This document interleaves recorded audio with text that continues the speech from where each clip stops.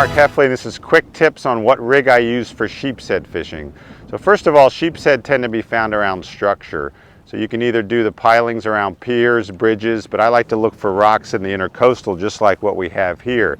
And there's rocks out in different places all up along this edge. And I generally don't fish out of a boat, I'll find them on the bank. So that's where I look for sheepshead, any place that has rocks in it. And then the rig I use, I kind of tied up special, and I haven't seen this used much, but it's a 20-pound leader with a little 20-pound leader coming off where I put a double knot there. And then instead of using lead, I'll use washers or nuts that are made out of a lighter metal because I like it to drift along. I don't want it to sit on the bottom. I'll bump along in the tide, and that way you get snagged a lot less. And with this shorter leader, you got to be quick with the to set the hook on a sheepshead. I use a rod that's fairly stiff and the fastest action I can get, because once they bite, you lift up and you feel them on them, then you set the hook. So now that you've seen the hook and the weight that I use, I'll show you how to rig it so it won't get snagged as easy. So I go to what I think is the head, I punch the hook through it,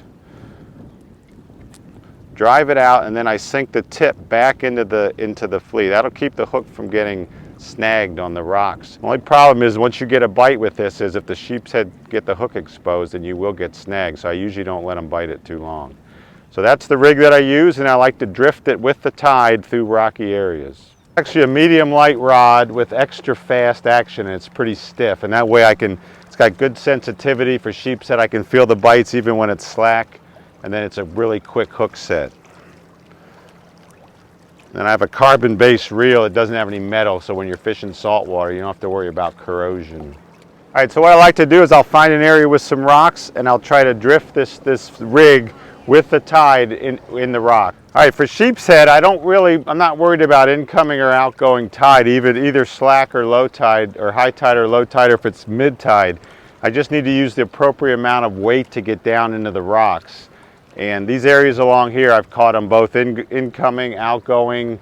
The slacker tides are a little difficult, but when they're in here, you will get the bites. You won't get as much drift.